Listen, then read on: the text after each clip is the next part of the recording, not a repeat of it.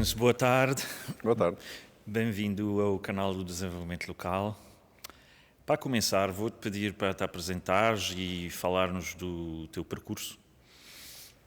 Obrigado por me receberem. Chamo-me Nuno, tenho agora 34 e o meu percurso, a nível de estudos, fiz História na universidade. Foi a única coisa que me motivou minimamente a estudar e resultou. Depois ainda tirei mestrado em História Medieval, mas nunca encarei como carreira, porque estive sempre envolvido em associações de jovens e no associativismo juvenil em geral. E depois, na altura em que estava a acabar o mestrado, fui para Paris viver 3 anos. Na altura foi como secretário-geral de uma organização internacional de jovens católicos, com sede em Paris, mas pronto, com trabalho em todo o mundo, portanto, questões mais ligadas na altura, àquilo que nós chamávamos a Agenda de Desenvolvimento Local, que era aquilo que ia substituir os Objetivos de Desenvolvimento do Milénio, que agora é o Sustainable Development Goals. Portanto, na altura nós estávamos a ajudar a consultar e a perceber também a voz dos jovens neste processo de decidir aquilo que o mundo precisava, basicamente, para o desenvolvimento global nos últimos 15 anos. Vocês já me conhecem, eu sou um bocado direto, não é? Tive uma espécie de burnout no decorrer do trabalho, portanto acabei o meu mandato, mas não quis continuar mais. E, portanto, quando voltei para Lisboa, fiquei um bocado sem fazer nada. Estava na altura a escrever um romance de fantasia e, entretanto, surgiu a oportunidade de ir conhecer o Clube Intercultural Europeu e o bairro onde o clube, uma associação sem fins lucrativos, está inserido agora, que é nos bairros de realojamento da antiga Corraleira, do antigo bairro da Corraleira, que era um bairro de latas que foi destruído. Acabou por ser destruído em 2001, no final de 2001. Na altura, pareceu-me bastante interessante o trabalho feito. Comecei como voluntário em 2017, depois estágio profissional do IFP em 2018 e depois contrato no final de 2018 e estou a contrato no clube já há 7 anos, sim, um bocadinho menos, a contrato são 5. O percurso do clube é que já faz 7. Neste momento, também, desde 2022, também faço parte da direção enquanto vogal e sou coordenador de projetos no meu dia-a-dia, portanto, quer projetos a nível de desenvolvimento local, quer projetos a nível de mobilidade ou cooperação europeia, que são assim os dois ramos mais ativos do clube.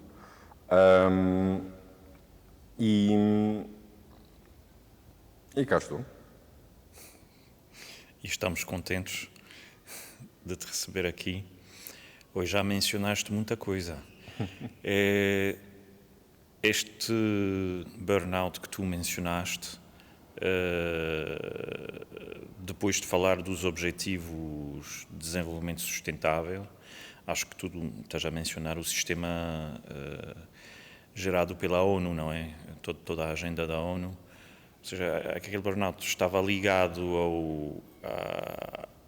ao sistema em si ou à realidade dos factos face a esta visão? Não entendi muito bem como é que aquilo surge, sobretudo para uma pessoa tão jovem, não é? Tu estás a começar a tua carreira e já utilizas uma palavra tão forte.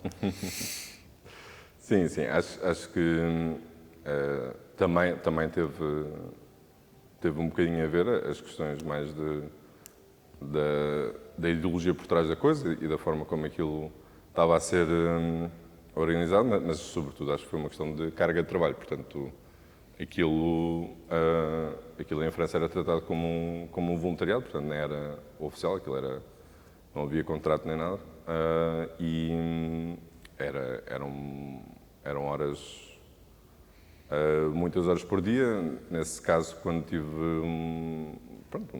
aquilo nunca foi diagnosticado, mas pronto, eu achei que foi um esgotamento nervoso, num encontro nas Filipinas, que eu estava a ajudar a organizar uma sessão de formação para jovens, e foram 12 dias quase sem dormir, e portanto surgiu na altura, depois dos 2 anos já desse tipo de trabalho, foi um momento assim de crechar um bocado, não é?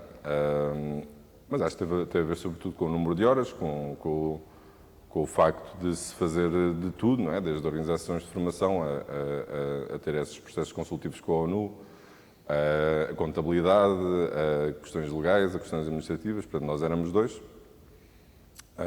e era demasiado, não é? Estamos a falar de uma associação com 4 milhões de associados, portanto, dava trabalho. Depois há todas as questões que tu referes, não é? Que, obviamente, perceber como é que o sistema funciona e como é que as prioridades são, não é? De onde é que vem também algum do dinheiro, os negócios que se passam lá por dentro, mas também foi por isso que quando surgiu a questão do clube, não é? Mesmo enquanto voluntariado, fazia-me sentido voltar ao local, portanto não estar-me a envolver noutra questão mais macro, mais nas nuvens, não é? E estar num sítio em que se fazia, ainda se faz, realmente trabalho local e trabalho com pessoas a sério, não é com números, não é com propostas desmedidas, não é? Mas apesar de tudo, acho que conseguimos. A primeira proposta que nos chegou da ONU, a nós éramos uma organização, uma rede de organizações internacionais de jovens, não é? Portanto, tinha lá os escoteiros, tinha lá o IMCA, etc. E quando nos chegou a primeira proposta tinha 8 objetivos à mesma, como os do milénio, e acabou por ser 17, porque realmente faltavam ali muitas as questões ambientais, que era sobretudo a principal preocupação dos jovens. E acho que a nível do documento, acho que ficou mais ou menos como nós queríamos. A nível da execução, nós já sabíamos que ia haver muitos entraves. E continua a haver, infelizmente. E o que achas, então, em termos de saúde nestas organizações? Achas que esta sobrecarga ou esta necessidade de estar a cambiar de tarefas ou de assumir muitas competências diferentes em paralelo é uma prática comum no setor, ou da tua observação, ou achas que está bem organizado como está neste momento? Não sei se o estou a formular sim. de forma objetiva. Quero dizer, qual é a tua avaliação? Tu disseste, pronto, entraste numa entidade em particular, mas que foi um critério de escolha também. Imagino que, entretanto, não apanhaste a primeira oferta depois desta experiência. Achas que estas organizações têm uma abordagem saudável em termos de gestão de recursos humanos, ou não era o caso daquela, não é? Não, e acho que não é o caso de muitas. Também não posso falar daquilo que eu não conheço bem, não é? Mas sim, através dos contactos percebeu-se que havia ali muitas pessoas um bocadinho na mesma situação, ou seja, ou tens uma base financeira estável e dá para, por exemplo, delegar as tarefas em pessoal contratado, não havendo, tens de assumir várias coisas. Não é? E isto não só a nível das organizações internacionais, nem organizações só de jovens, mas a nível de qualquer associação em Lisboa, tu vês ainda muita concentração em determinadas pessoas, não é?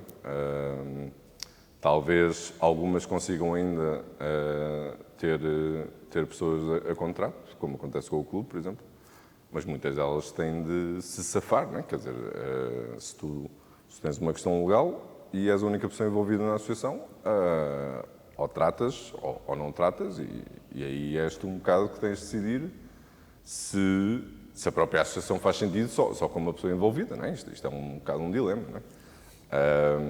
Mas se achares que a associação tem uma missão que ainda é precisa no mundo de hoje, tens de aguentar os tempos maus, não é? Também. E a tua formação inicial, a história, em que é que te ajuda na tua profissão?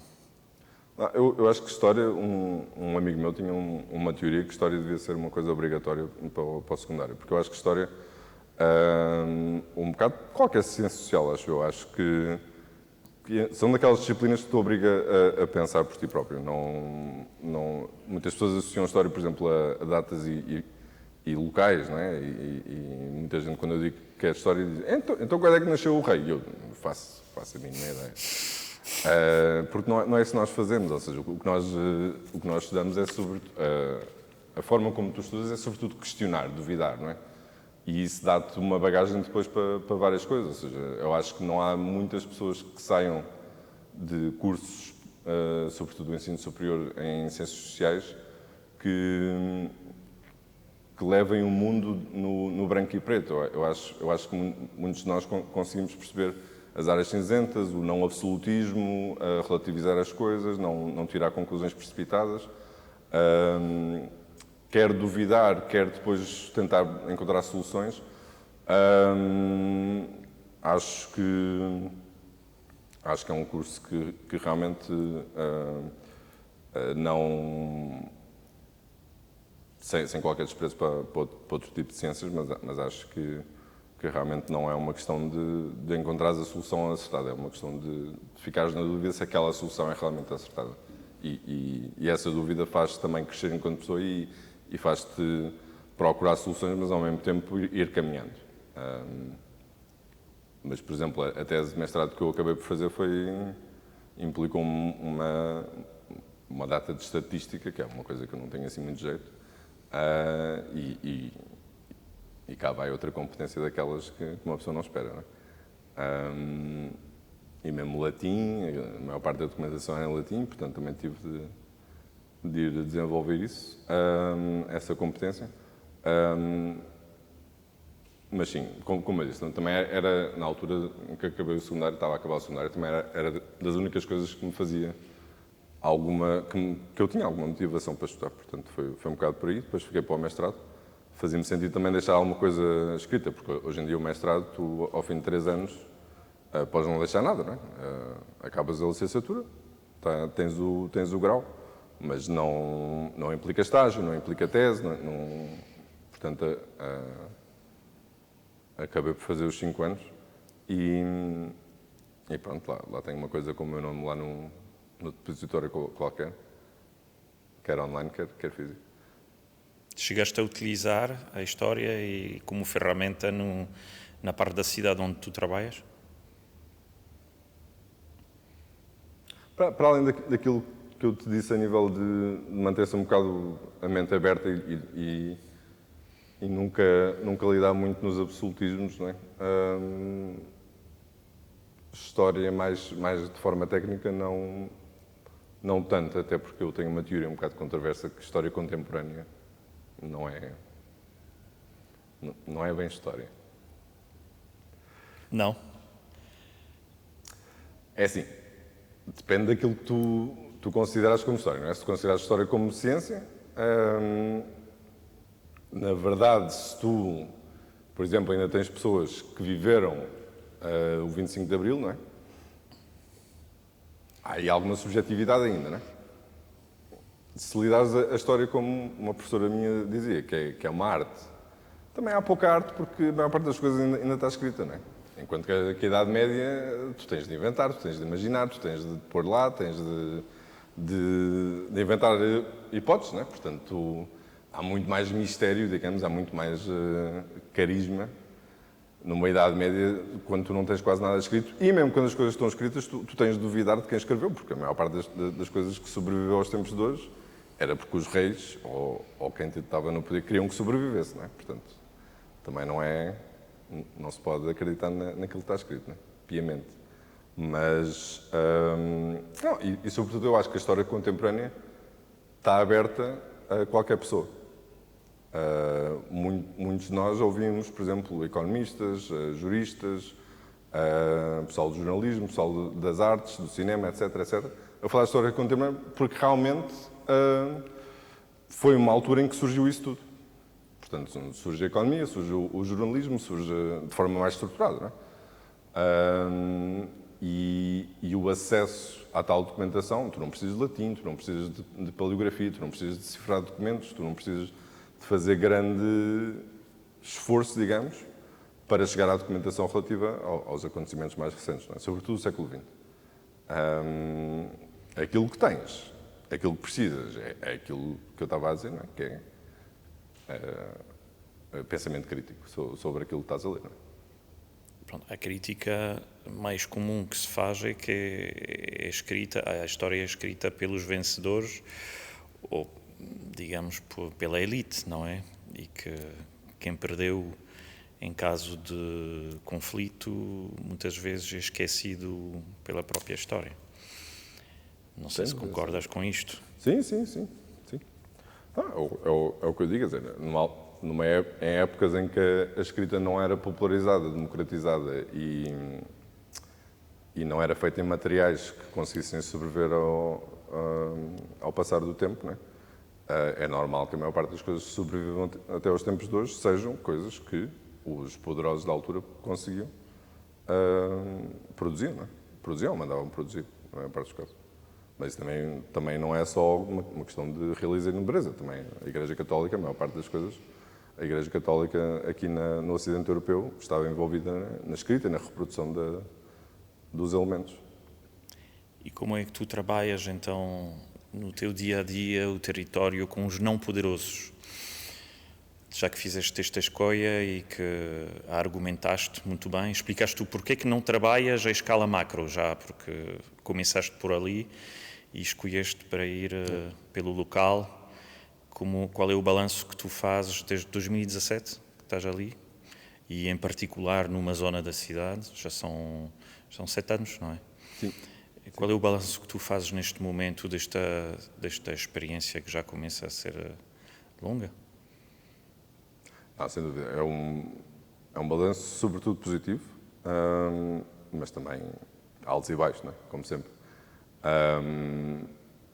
Neste momento, por acaso, acho que estamos um bocadinho mais no baixo do que no alto, mas penso que voltará a elevar um bocadinho o nível. Mas, não, sobretudo é aquilo que tu dizes, ou seja, o contacto direto com pessoas de carne e osso e pessoas que têm os mesmos valores, que têm aqui uma carga de realidade, não é? De terem vivido certas coisas, de ainda estarem a viver, portanto, algumas das pessoas que podiam ter saído daquele território não saíram porque querem continuar a lutar pelo seu desenvolvimento.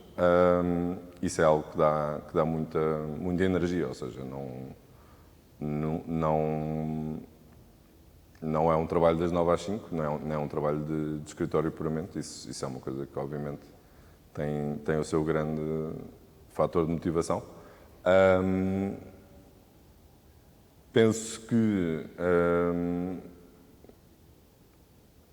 aqui depois entra as questões do financiamento, não é? Mas isso se calhar podemos aprofundar mais tarde, mas houve uma altura pré-Covid-19 que, digamos, a orgânica era um bocado mais orgânica, ou seja, era um bocado mais fluido, mais natural,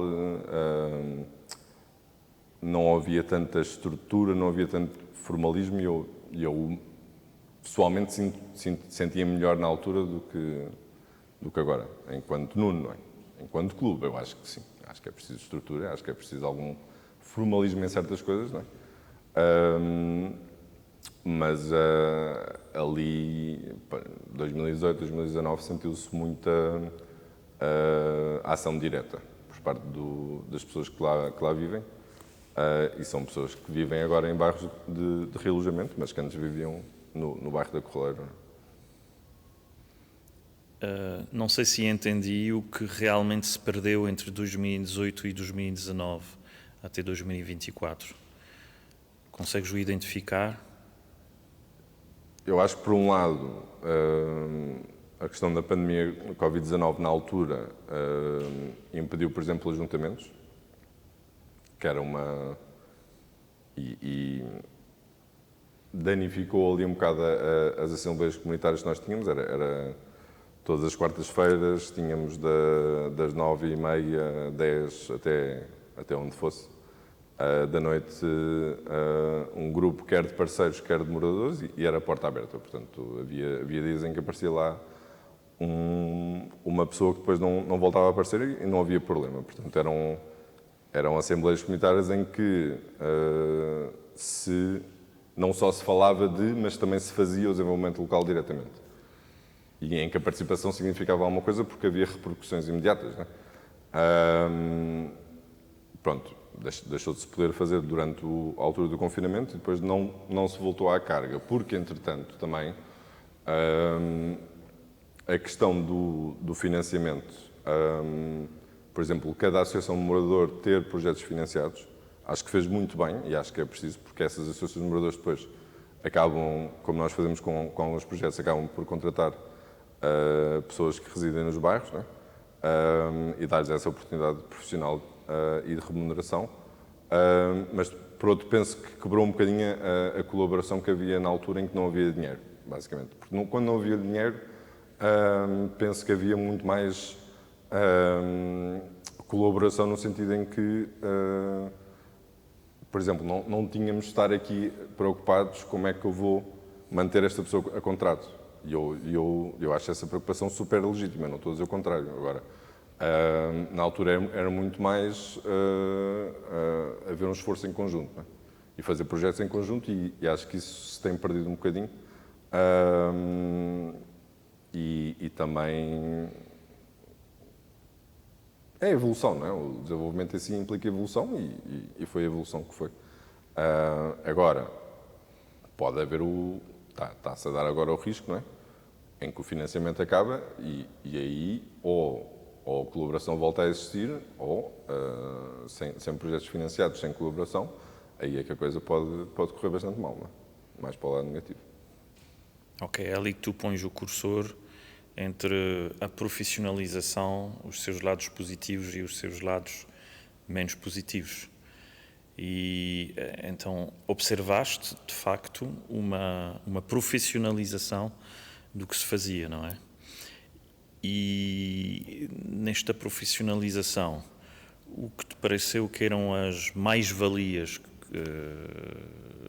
que se podiam observar ao longo destes 7 anos? Eu acho que a coisa mais importante, como eu disse, é dar oportunidades a quem reside lá, não é? Porque muitas associações podem ter projetos em territórios, mas depois não contratar pessoal de lá. E aqui são associações de moradores, portanto a própria orgânica da coisa implica, ou devia implicar, que o pessoal que trabalha lá, não é?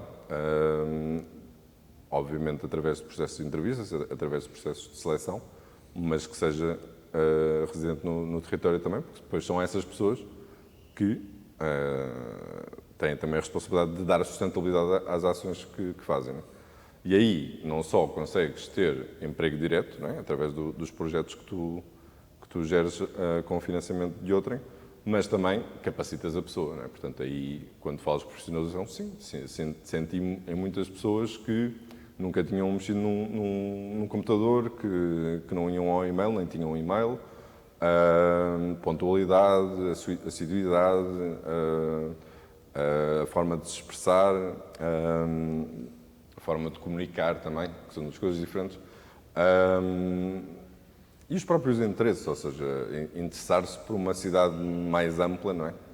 Não só por aquele território, mas perceber que existem outros bairros parecidos, que existem outras pessoas com as mesmas dificuldades, haver uma rede. Eu acho que isso é muito importante, não é?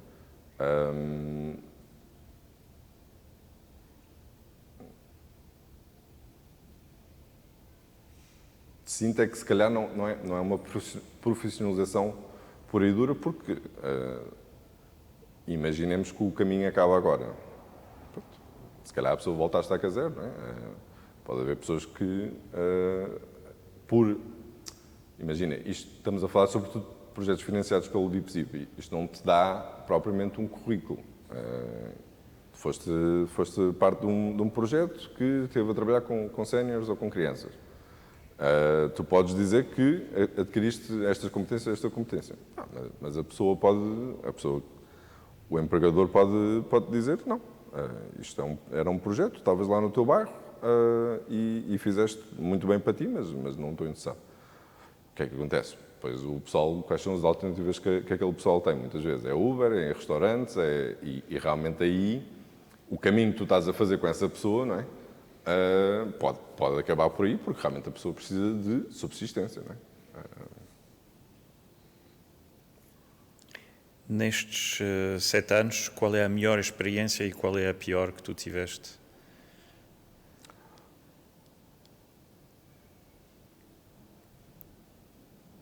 Já pensaste nisso? Não, por acaso nunca tinha pensado nesses termos. Como disse, eu também não sou muito de absolutos nem de extremos, mas diria que é melhor. Eu acho que continua a ser as assembleias comunitárias, ou seja, não foi só uma, não é? Foram várias. Durante pelo menos 2 anos, todas as quartas-feiras, em que havia este sentimento de comunhão, não é? Até mais do que comunidade, havia ali um sentimento de não há títulos, não há cargos, não há hierarquias, não há posições, e temos de melhorar e temos de desenvolver este bairro. Ou seja, começaram a criar uma liderança coletiva ou qualquer coisa do género. É isso? Completamente, sim. Até porque isto veio muito através de um projeto de arte urbana e depois das visitas guiadas que se criaram ali das costas da cidade, em que estas reuniões eram muito para perceber como é que tinham ocorrido as visitas, programar outras e ajudar os moradores, porque é um projeto liderado por moradores. E surgiram muito por aí, ou seja, aí tu estavas lá, podias estar lá enquanto clube, não é? Mas ninguém te referia, não é? Como coordenador de projetos, não. Era o Nuno que estava a dar a sua opinião, não é? E muitas vezes era consensual, mas quando não era, quem levava avante eram os moradores, porque era o projeto deles. E é assim que faz sentido. Mas daí depois também surgiu muitas ideias de projeto, ou seja, fazer os diagnósticos, fazer as necessidades, fazer candidaturas em conjunto ao BIPSIP, etc. E a outros, ao ramo, ao Partis, etc. Mas eu penso que isso foi, como eu disse há bocado, era muito o meu poço da motivação, era ali onde eu ia buscar o combustível, digamos, para o resto da semana. E continuamos em contacto com muitas das pessoas que participavam, mas também, pronto, era o que eu estava a dizer, havia as loucuras de uma vez, estás ali na geração com o futuro, acaba o Benfica e aparece lá alguém com uma cerveja na mão e manda habitites e era ótimo. Era a informalidade que depois também da experiência de Paris, da ONU, tudo isso, era a informalidade que eu também precisava e continuar a precisar.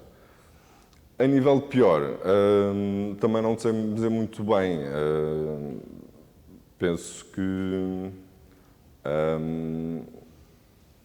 neste momento posso dizer que a principal preocupação, e isso é uma coisa que desmotiva bastante, é a questão da Casa de Juventude do Beato. Portanto, é um projeto que já é um espaço, primeiro, que já está lá há mais de 24 anos, na Rua Almirante Sarmento Rodrigues, primeiro financiado pelo Programa Escolhas e depois por um protocolo de cedências entre a Câmara Municipal de Lisboa e a Junta de Freguesia do Beato, e está de portas fechadas há 2 anos. Portanto, o clube ainda conseguiu mantê-lo aberto durante alguns meses, com o seu próprio financiamento, não é? Mas chegou a um ponto em que era insustentável, até porque não ajuda. Tu teres aquilo a serviços mínimos também não é isso que se pretende. Eu, por exemplo, quando cheguei lá em 2017, aquilo tinha 5 pessoas.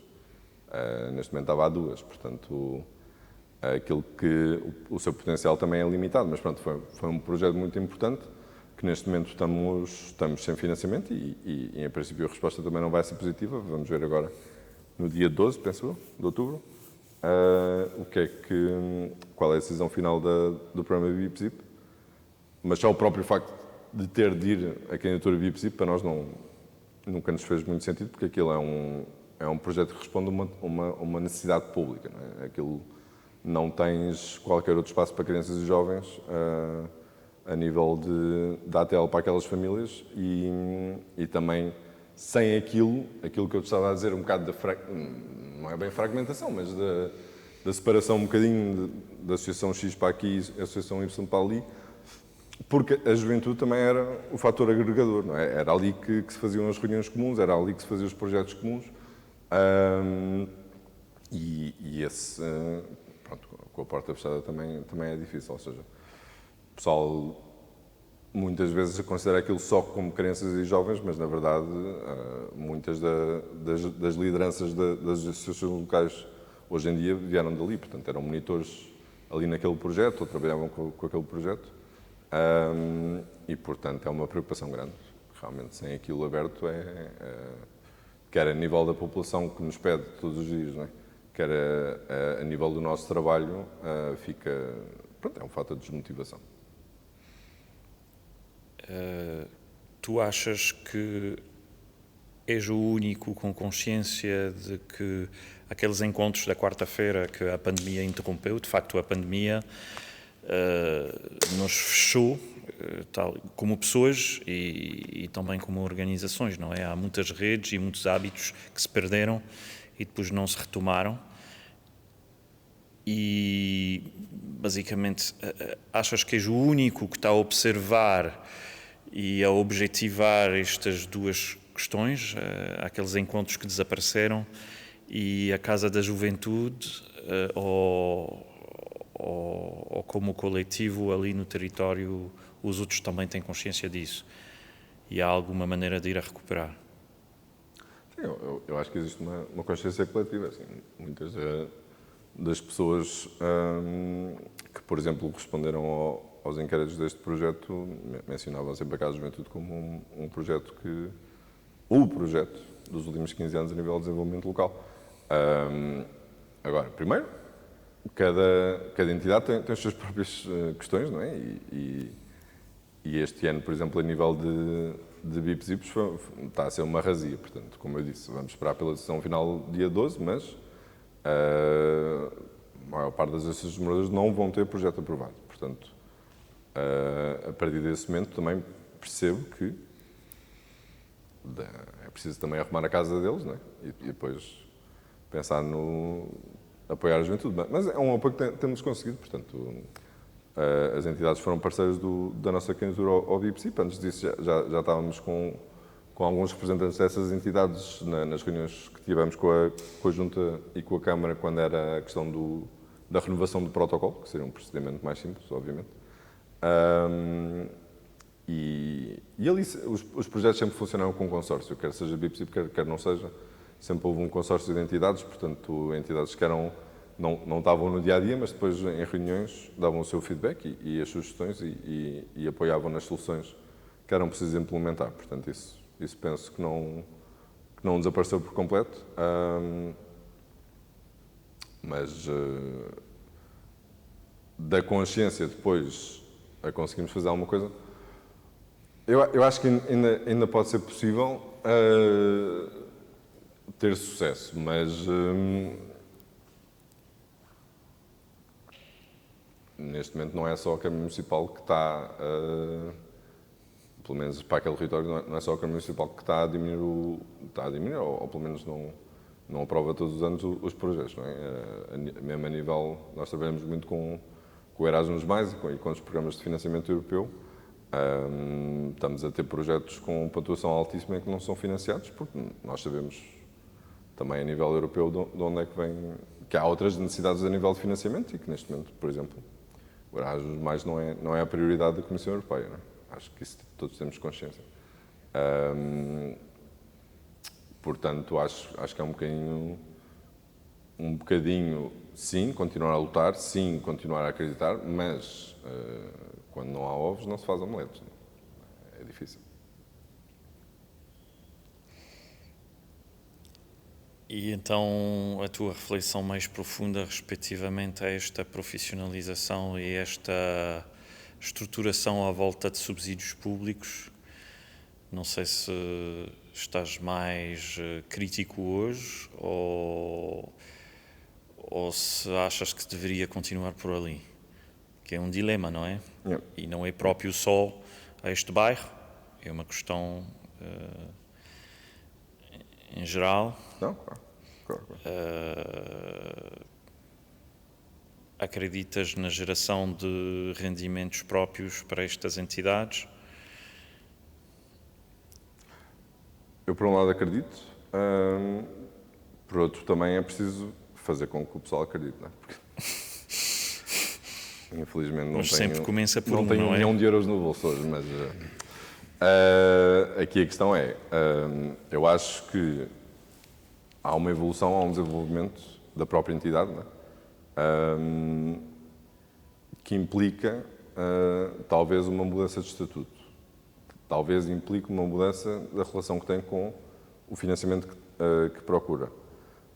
E implica, do outro lado, a percepção disto mesmo, ou seja, um exemplo prático, se tu tens uma associação que começa o seu processo de formação, etc., depois, com alguns subsídios, com alguns projetos de curto prazo, consegue produzir resultados, o passo lógico seguinte seria, por exemplo, considerares como utilidade pública, considerando como utilidade pública, não é só um estatuto engraçado para o pessoal te dar IRS, não. Se aquilo tem utilidade pública e eu sou público, então eu financio-te. Não precisas de candidaturas, não precisas de projetos, não precisas de convencer ninguém, porque já convenceste. Tu tens trabalho aqui, és a única entidade que trabalhas neste território. Se não fosses tu, nós, Estado, nós, entidades sociais, não conseguimos responder às necessidades das pessoas, pá, não digo darem um cheque em branco. Agora, mais do que este ecossistema que implica uma competição e implica gerar uma competição em Lisboa, quando todos os bairros precisam deste apoio mais sistemático, pá, tens provas que tens utilidade pública, tens provas que tens pessoas que dependem apenas de ti para conseguirem habitação, comida, refeição, tempos úteis positivos, educação, emprego, etc. Pá, Sim, nós públicos, temos de apoiar. Isto é o Estado a capacitar realmente as entidades, a criar um percurso de crescimento e de consolidação. E isto, efetivamente, quando existe, permite sair da lógica pura do projeto. Porque a lógica pura do projeto é para princípio, médio e fim e num curto prazo. Mas achas que num contexto em que tu observas um atrito de alguns financiamentos ou reorientação de alguns financiamentos, isto é uma estratégia viável para estas entidades? São perguntas difíceis, mas é para entender a tua reflexão neste momento sobre isto, o teu feeling sobre isto. Eu acho que na maior parte dos casos, sim. Acho que tem pernas para andar. Mas depois é uma questão de perceber qual é o estado da evolução natural de algumas associações. Ou seja, algumas, se calhar, ainda precisam de mais tempo nesta fase dos projetos, de se autocapacitar e de terem esta leca, né? para realmente conseguirem responder às necessidades da população. Outras já estão nessa fase e ou tu interrompes, como pode acontecer neste momento. Estamos a falar, por exemplo, de uma associação de moradores a viver melhor no Beato, que tem utilidade pública e tem necessidades que de outra forma não seriam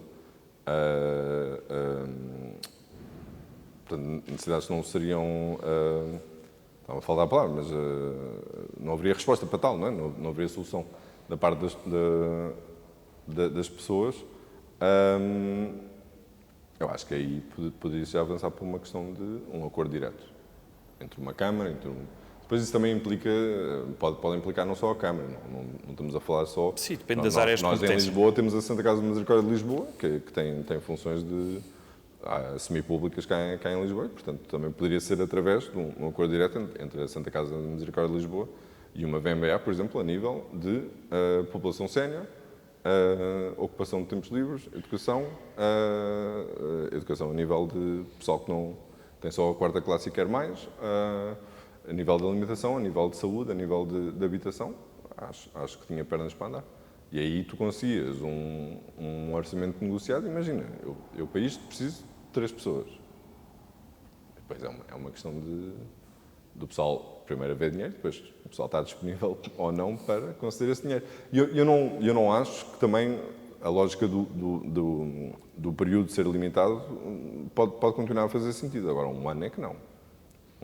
Ou seja, um ano faz sentido quando estás a tentar criar uma ideia, tu ainda nem sabes como é que vai ser a reação da população, implementas um ano, tudo bem, avalias, percebes se dá para continuar. Agora, já não estamos a falar disto, estamos a falar de projetos que já têm pelo menos 4 anos, no caso quer da VMBA, quer da Geração com Futuro, e que, na verdade, têm provas dadas, a nível de testemunhos e a nível de números, e, portanto...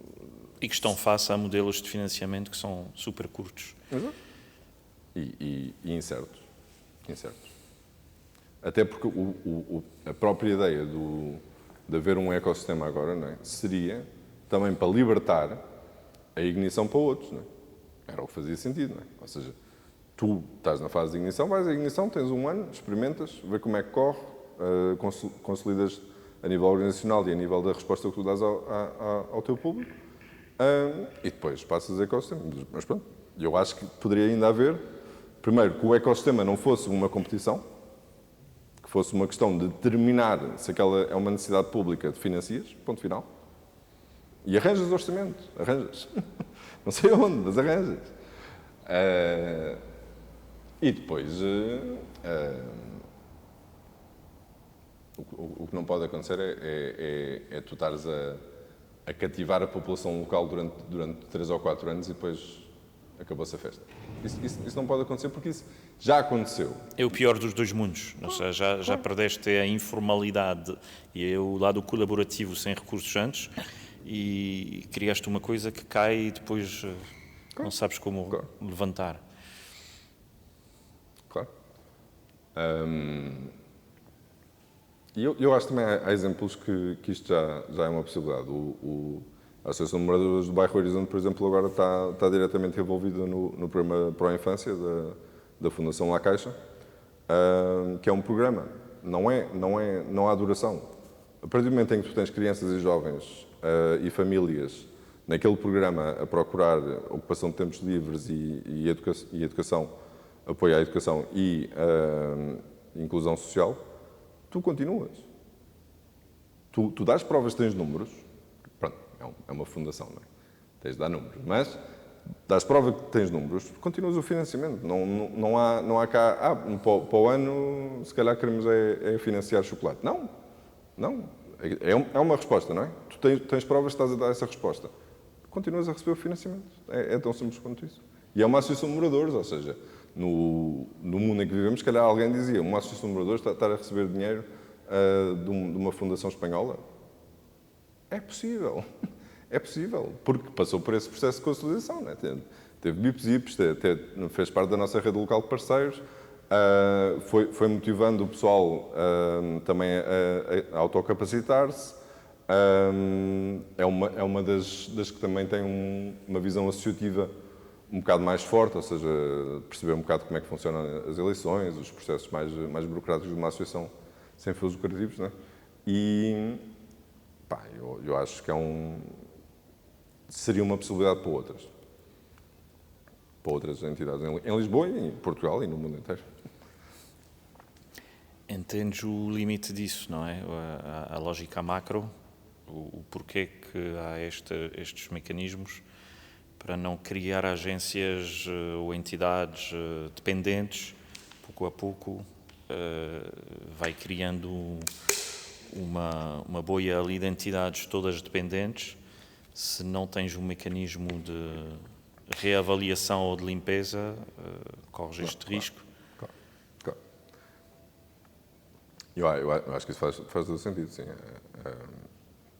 Mas que a avaliação seja feita de forma orgânica. Não seja só uma questão de olhar para números e papéis. Acho que aí quem avalia também devia estar no local e perceber o impacto que tem, porque eu acho que estamos aqui em Lisboa, não é? Acho que estamos no ramo em que se tu ajudas uma pessoa que seja, tu deves continuar. É esta a realidade que nós temos, ou seja, muitas das organizações depois apresentam números e papéis e documentos a provar, depois não ajudam uma pessoa que se quer, ou seja, dizem que ajudam, mas nada feito. Não é? Portanto, acho que aí a própria avaliação deve ser de forma, não diria informal, mas que a pessoa entre em contacto com a realidade. e que não fique só no escritório a pensar. E eu acho que isto é possível, acho que muita coisa é possível. Se há vontade ou não, depois não. Mas eu acho que haverá possibilidades de implementar isto a nível mundial. Depois, ou seja, de haver uma mesma ideologia, um mesmo sistema a nível mundial, mas depois cada localidade comprometer-se com a execução daquilo. Não é? Mas eu acho que não é essa a direção que o mundo está a ir agora. Acho que não. E a nível prático, conseguiste, a nível da entidade para a qual tu trabalhaste, gerir bem esta situação, ou seja, da utilização dos financiamentos, estando no terreno, como é a expressão que tu utilizaste e que é muito comum no setor, ou achas que o rácio de tempo passado a preencher indicadores e métricas e relatórios tem sido desproporcionado? Eu já sei a resposta clássica das entidades, não é? Todas queixam-se, mas tentando ir um bocadinho para além da queixa básica, qual é a tua observação?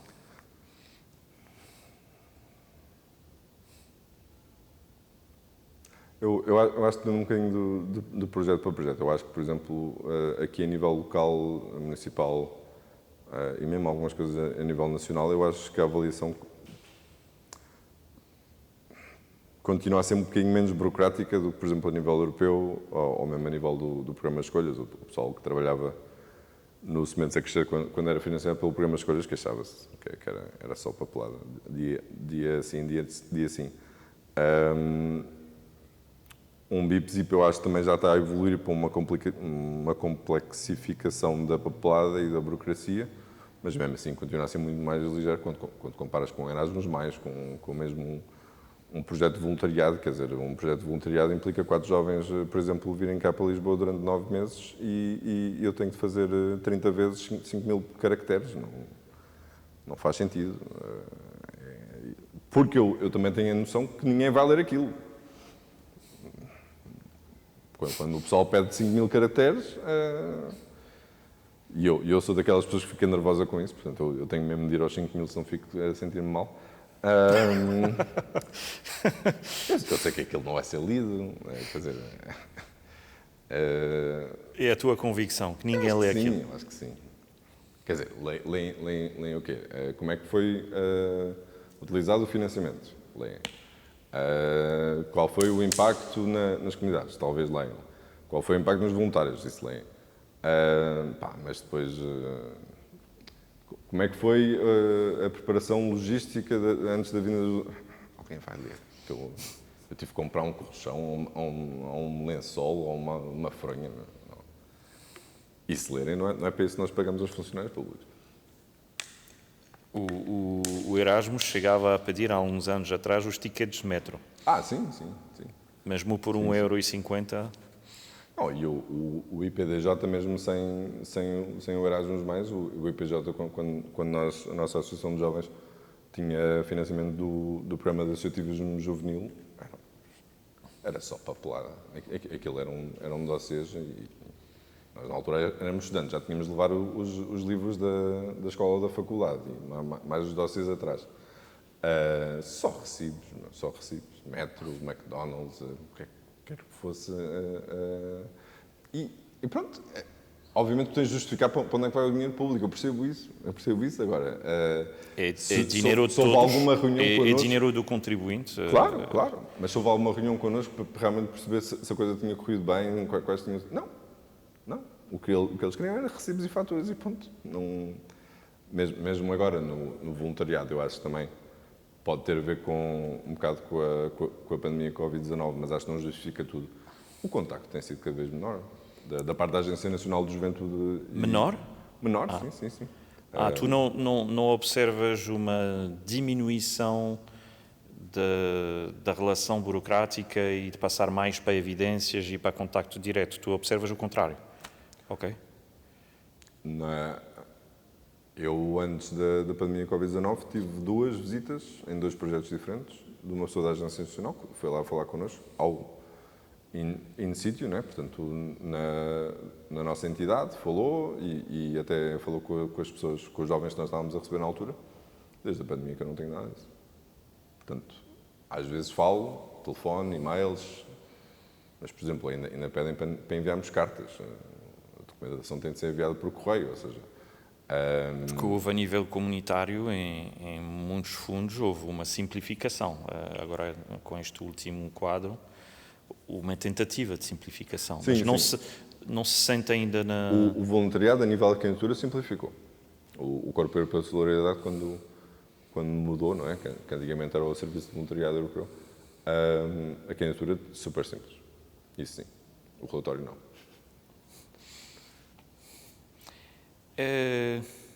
Para ser dirigente de uma entidade que trabalha no desenvolvimento local, achas que é necessário mais visão, estratégia, mais intelecto e mais distanciamento e trabalhar mais no médio e longo prazo ou trabalha-se mais com a convicção, o sentimento, a emoção?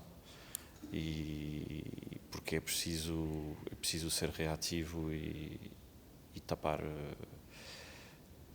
os buracos, tapar as situações de emergência. Como é que tu vês isso? Eu acho que os dois mundos podem existir, até porque... Teoricamente, o desenvolvimento é diferente da ajuda humanitária, não é? Sim.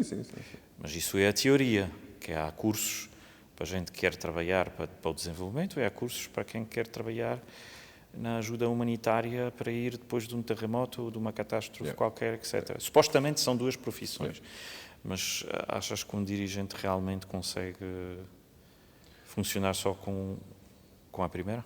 Pois, eu diria que não. E eu gostaria que houvessem vários, não é? Portanto, que houvesse um trabalho de equipa. Numa associação, em princípio, tu devias ter múltiplas pessoas envolvidas. Portanto, eu acho que aí poderia haver essa combinação de uma pessoa, se calhar, mais estratégica, mais a pensar a longo prazo e outra que fosse do género bombeiro, às 4 da manhã tem de ir para ali. Acho que, como tu dizes, não é ajuda humanitária, não é socorro, não é uma questão imediata, mas sinto que tem de haver pertença. E pertença no sentido em que aquilo que é teu, tu defendes mais.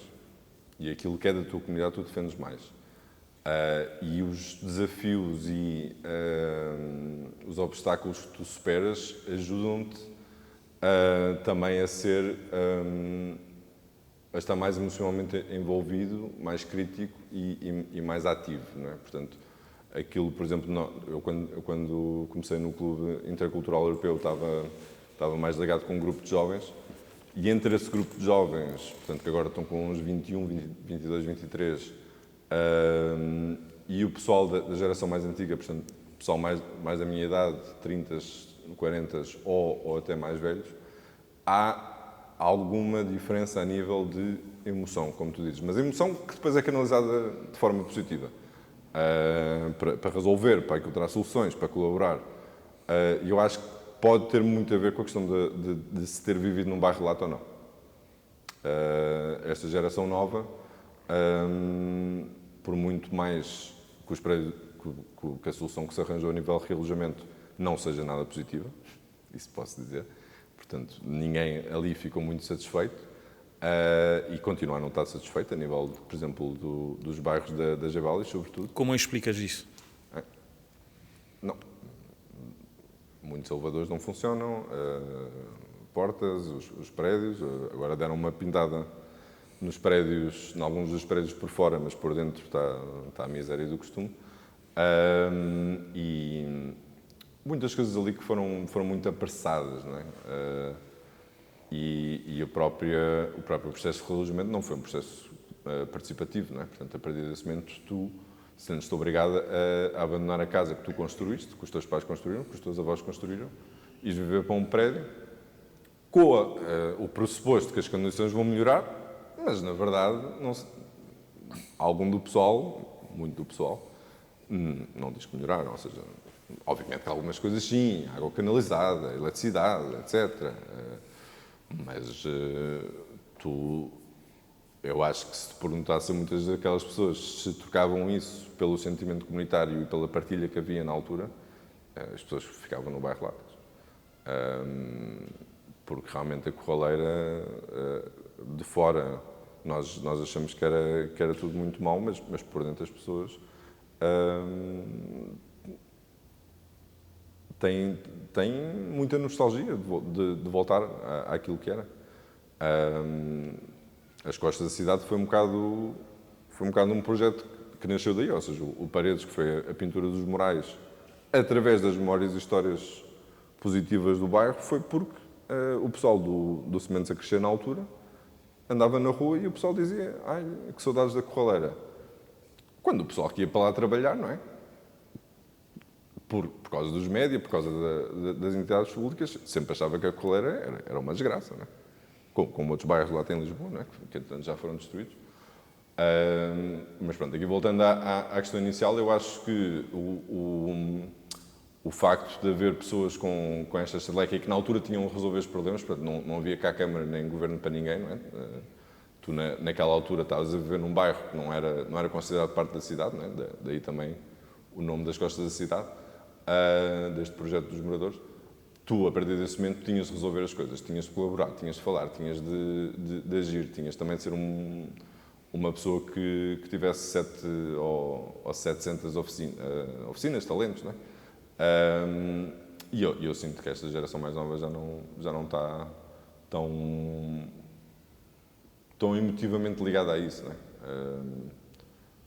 Não diria que existe uma espécie de depressão coletiva, mas realmente muitas das coisas que tu lhes perguntas: oh Nuno, isto é o bairro social, isto nunca vai mudar,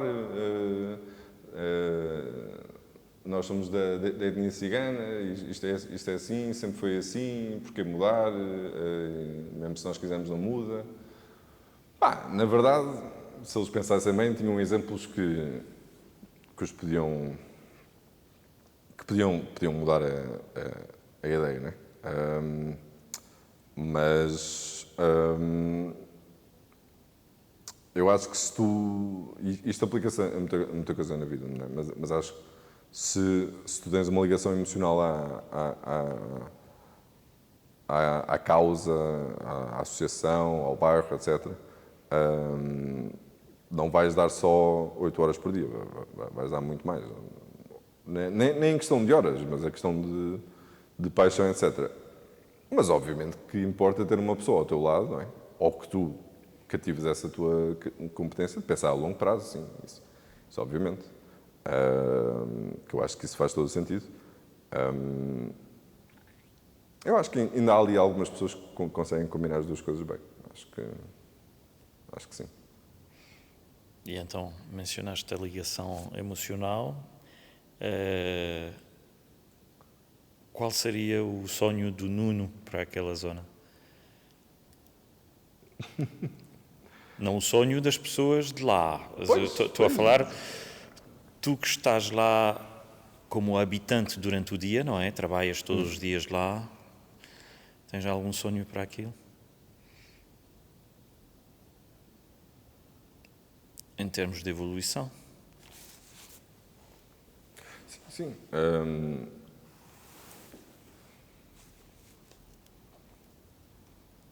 Não, é outra daquelas perguntas mais difíceis. Mas eu acho que... Não podiam ser todas fáceis. Não. Não, não sei.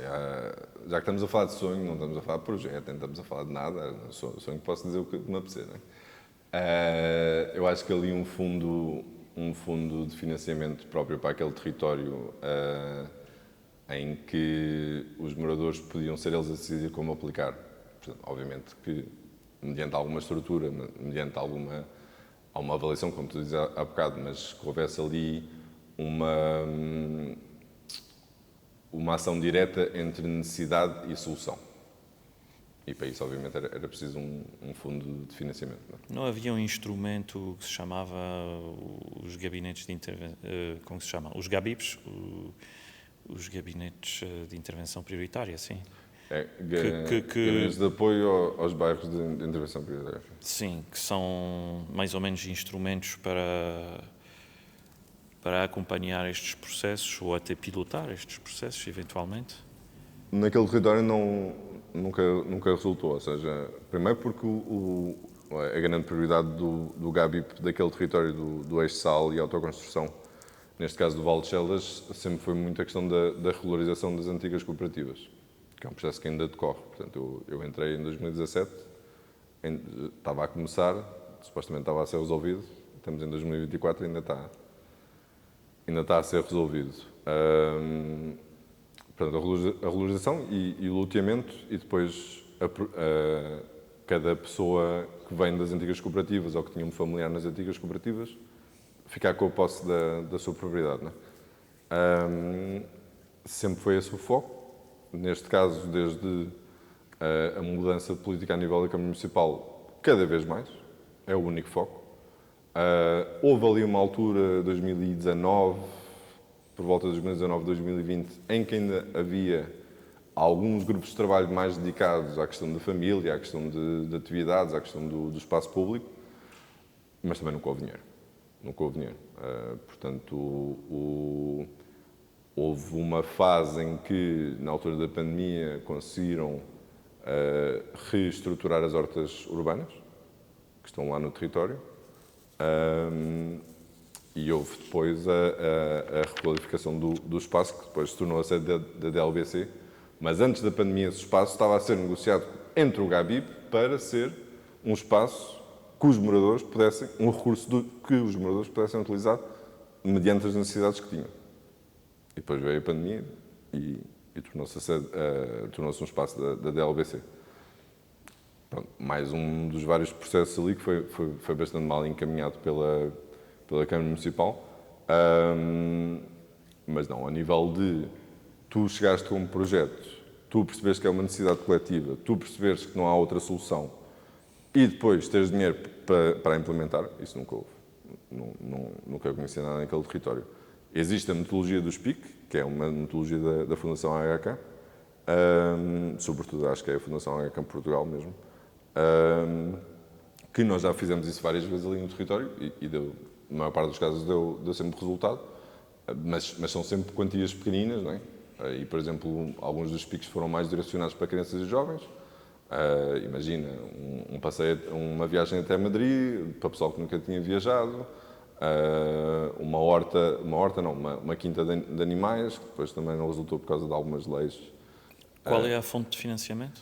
Pronto, esse financiamento, por exemplo, alguns vinham de projetos BIPZIPs em que tinhas lá, imagina, 10 mil euros para PICs, e depois o BIPZIP dizia que sim ou não, ou vais procurar os parceiros que te financiam. Portanto, algumas vezes foi a Santa Casa e a Fundação HK que chegaram à frente com o dinheiro, e depois, sendo um concurso aberto, tu depois infelizmente tens de decidir quem ganha e quem não ganha, não é? Mas pode ser o contrário, ou seja, tu podes dizer, existem 5 projetos que vão ser financiados, não é? Portanto, organizem-se. Isto é toda uma metodologia, eu estou a simplificar muito por causa não estamos aqui a falar de muito tempo, mas é uma metodologia que tem um guião, tem um jogo até já, portanto, que é sobretudo para motivar a participação, mas tu motivando a participação, depois tens de ter consequências da participação, não é? E eu acho que esse é um problema grave ali no território das que eu lá cheguei, que é, tu muitas vezes consegues motivar a participação, mas depois as pessoas não veem consequências dessa participação. Eu não digo que seja participação falsa em todos os casos, não estou a dizer isso.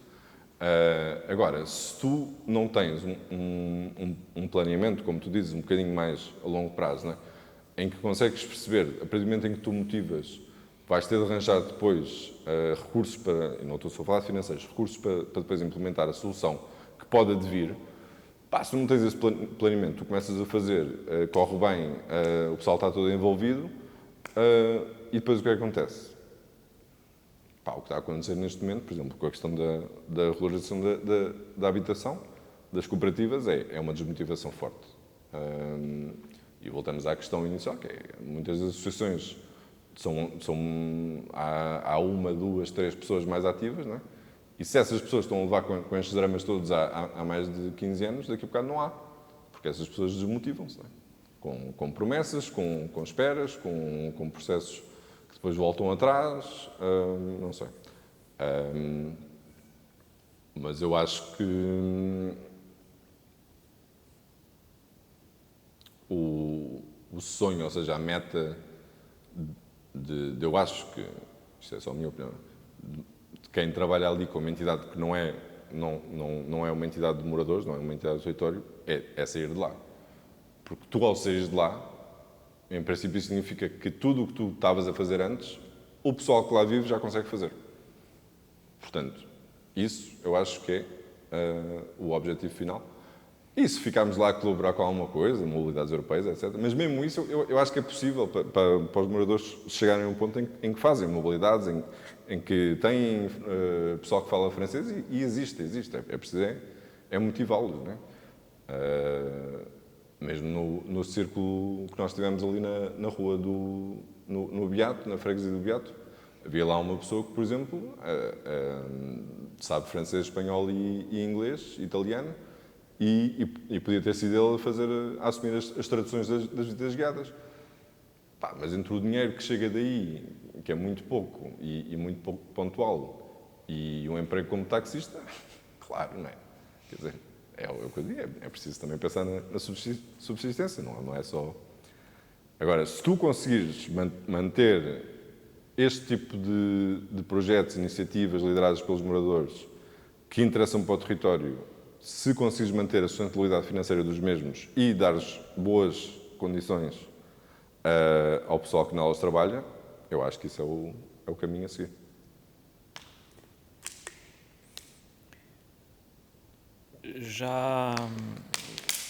Já mudaste de ideia sobre um tópico ou uma temática desde que tu estás ali a trabalhar? Ou pode ser ligado ao território ou não, à tua profissão? Já havia coisas sobre as quais tu tinhas certezas e hoje não estás tão seguro?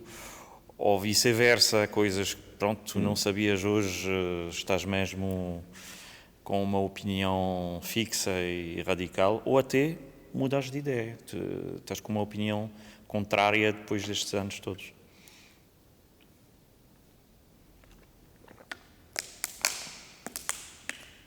Nunca fui um homem de muitas certezas, mas percebo a pergunta. Eu se calhar respondo de forma um bocadinho diferente, que é, eu na altura em que cheguei ali estava muito nesta questão das questões das alterações climáticas, do ambientalismo, pronto, a nível macro, não é? Acho que foi ali no final de 2016, sim. No último trimestre de 2016, foi a COP em Paris, estive lá a ajudar a organizar e depois cheguei ali com algum idealismo, não é? Com algum irrealismo, não é? E achava que uma das coisas que eu podia fazer, por exemplo, com os jovens, era as questões ambientais e falar das alterações climáticas. Não digas que caíste na equação fim do mundo versus fim do mês. Exato. Não, e acima de tudo, de não falarmos a mesma língua, ou seja, tu podes começar uma conversa a dizer que mas a União Europeia tem responsabilidades a nível das emissões de dióxido de carbono porque já foi pelo menos... E o jovem pergunta, mas o que é a União Europeia? Portanto, só a partir desse momento a conversa já está... Já estamos a falar de línguas diferentes. E a ONU, então e o que é a ONU? Tá, pronto. Não, mas acima de tudo é o que tu dizes, ou seja, há ali necessidades muito mais básicas, não é? Há ali também um sentimento de abandono e de não pertença de muitas pessoas, porque é o que eu disse, não é? A partir do momento em que tu ou a tua família construíste uma casa, e essa casa vai abaixo e depois metem-te num bloco de cimento, o teu nível de pertença baixou bastante. Não é? Sim, sofreste o processo, nem sequer foste ator do processo. Claro. E a partir desse momento, aquilo que, a nível de higiene urbana, a nível de cuidado, não é? Aquele bairro não tem muito. Mas sinceramente também não era tanto por aí que eu queria pegar. Eu, na altura queria continuar a ir mais por esta questão do ativismo em relação às grandes empresas, aos grandes dinheiros, aos grandes influentes, mas realmente percebi que não havia ligação direta nenhuma, não é? Ou seja, eu podia muito bem dizer-lhes que existiam dezenas de milhões de refugiados por causa das alterações climáticas e eles perguntavam onde, eu dizia e eles não sabiam onde é que era. Ou seja, não diria que são conversas quebradas e que não serviram para nada. Serviram, sim, nem que seja para orientá-los um bocadinho a nível de geografia global, mas é o que tu dizes. Começar pelo bairro e, neste caso, o planeta está sempre ligado, não é? Mas para eles, tu começares pelo planeta, não há uma ligação direta. E Portugal representa, em termos de contributo para as emissões de CO2 e o aquecimento global, acho que representa 0,1% ou 0,2%, o que é um critério objetivo também. Não quer dizer que não participa e que não tem corresponsabilidade, mas desde o ponto de vista objetivo também questiona um bocadinho as abordagens, não é? Há um tema que tu gostavas de abordar e que ainda não tocámos? Pensa bem. Estou a pensar.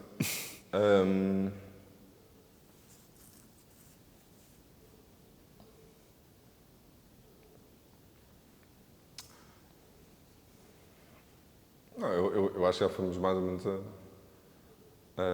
a tudo o que me vem assim mais à cabeça, mas eu acho que há aqui uma questão a nível mais especificamente do BIPSI, porque eu acho que já havia potencial para isso e acho uma pena não existir, porque eu acho que existe realmente mérito. Quer haver uma rede mais formalizada de associações que já fizeram parte, ou seja, uma rede funcional. Eu acho que a DLBC tem potencial para isso, mas efetivamente depois muitas das entidades separam o que é a DLBC e o que é BIPSI, porque uma dá dinheiro e a outra não. Eu acho que isto não é um bom sistema. Eu acho que há potencial para que uma rede DLBC ou qualquer outra orgânica que exista, não é? E que aceite entidades mesmo informais, não é? Grupos informais, que já fizeram parte do desenvolvimento local de Lisboa, não é? Sentados à mesma mesa da Câmara, sentados à mesma mesa das juntas, sentados à mesma mesa de empresas, etc., do setor privado, de pensarmos a cidade a longo prazo, como tu dizes há pouco. Eu acho que, por muito mais que estas entidades tenham contribuído muito para vários projetos a nível de Lisboa, não pode significar pouco quando a estratégia muda de 4 em 4 anos ou quando existem outros interesses que não nos são comunicados, quando existe esta questão da competição, e não devia existir esta questão da competição. Ninguém está aqui no BIPSI para dizer que o meu bairro precisa mais do que o teu. Não devia ser isto. A própria carta tem de ser atualizada, já estamos a pedir isto há 5 anos, ou seja, há aqui, há mais de 5 anos alguns, eu não, só estou há 5 anos, mas há aqui coisas que quer da orgânica das entidades podiam fazer, quer a própria Câmara ou outras entidades podiam promover top-down. Eu não sei, eu acho que top-down às vezes funciona melhor, não é? Mas que não fossem instrumentalizadas, ou seja, que fosse um diálogo puro e duro. Mas eu não sei se já não passou a altura certa, porque da minha experiência há muita gente saturada com BIPSIPs, com GABIPs, com câmaras, com juntas, com outras entidades. E eu acho que isso não devia ter sido, mas pode ter sido um efeito perverso de alguns programas de financiamento que exigiram competição. E pronto, é uma coisa que eu não acredito nada, minimamente. Aliás, aqui, isto não é entre nós, porque isso vai para o YouTube, mas mas as pessoas já sabem, isto é público, enquanto vogal da direção do clube, eu sempre me opus a que o clube se candidatasse ao BIPSI, porque o clube podia ir a outros financiamentos que implicavam uma burocracia e uma estrutura mais elevada, e as associações de moradores, a maior parte delas não. teria sido BIPSI por ser uma contabilidade, uma administração muito mais passível de ser feita, não é? por elas próprias. Portanto, mas, na verdade, neste momento, a própria Câmara empurrou-nos para o BIPSI quando nós estávamos à procura de uma solução para a Casa Juventude. Acho que não. Não é o mundo em que eu acredito e, como disse, eu acho que já existia potencial, não é? Até porque muitos BIPSIs foram muito diferentes e muitos foram muito iguais. Nunca senti, naquelas workshops e naquelas reuniões que a Câmara organiza, através do programa BIPSI, nunca senti que houvesse uma comunhão, nunca me senti relacionado diretamente com o projeto, nunca senti que houvesse um tempo para aquilo não servir para métricas ou para avaliações. Não, devia ser diálogo, puro e simples. Temos aqui a fábrica do Braço de Prata, oferece cerveja e bolinhos ao pessoal e deixa correr a conversa. E se a coisa, de forma orgânica, se montar, tudo bem. Se não se montar e continuarmos nesta questão de conflitos e de competição e de, para o ano, vou precisar de mais 50 mil euros para manter a minha equipa, eu acho que isto também não é desenvolvimento local. Ou seja, o desenvolvimento pode ser feito, mas a forma como é feito, eu não considero que seja positivo. Ok. Desabafo. Tinha que ser antes de acabar, não é? Eu avisei-te que podia ir para o negativo, mas espero que tenha tentado ser um bocadinho construtivo, né, nesta última ideia. Andamos construtivos até agora. Há uma referência inspiradora, um livro, um manual, um site que tu queres partilhar com os espectadores? Eu já falei da questão da metodologia dos PICs e isso, em princípio, é procurar pela Fundação HCAM Portugal e eles têm lá a metodologia PICs e até o jogo, depois acho que é uma questão de combinar com a equipa para disponibilizar o jogo e para ensinar como fazê-lo. A nível de referências pessoais, há aqui uma pessoa que eu acho que continua a fazer um trabalho notável, agora mais de forma informal, em toda a Lisboa, mas ali no bairro foi bastante importante, que é o António Brito Guterres, portanto não confundi com o secretário-geral da ONU, que era da HCAM, antes até era do projeto de Sementes a Crescer, portanto lá da Casa Juventude, e que realmente continua a ser uma pessoa muito importante porque é uma pessoa que primeiro fala a língua e é uma pessoa emocionalmente ligada e nunca quer o palco para si próprio. Constrói sempre os palcos, é ele que fica com as feridas todas nas mãos, mas depois quem vai para o palco são os moradores e são as pessoas que nele deviam estar. E realmente, desde que lá cheguei, sempre foi uma referência. Portanto, estas assembleias comunitárias foram muito a ideia dele, ajudou muito a montar o projeto das costas da cidade, por exemplo, levar os moradores a falar em universidades e em outras entidades assim no centro de Lisboa. E estamos a falar de pessoal que nunca tinha... Então, muitos deles tinham ficado sempre ali pelo bairro ou pela zona, não é? Mas, sim, acho que essa é uma grande diferença do bairro e não só daquele bairro, porque o António Brito Guterres, quem o conhece sabe que ele anda metido em dezenas de bairros a fazer o mesmo tipo de trabalho. Portanto, não, acho que a nível de... Pronto, e depois uma pessoa antes dele, que eu acho que ele foi absorver muito destas metodologias e destas atitudes, essa pessoa, é o professor Rogério Roca Amaro, que realmente é para mim, continua a ser o pai muita gente chama o pai da economia social, mas também do desenvolvimento local, eu também acho que ele merecia um bocadinho de crédito. Ele esteve aqui e chamou isto a economia das pessoas. Ótimo. Não é a economia dos números, ótimo, mas das pessoas. Nuno Wemmens, no canal do Desenvolvimento Local, muito obrigado pelo teu contributo hoje. Obrigado.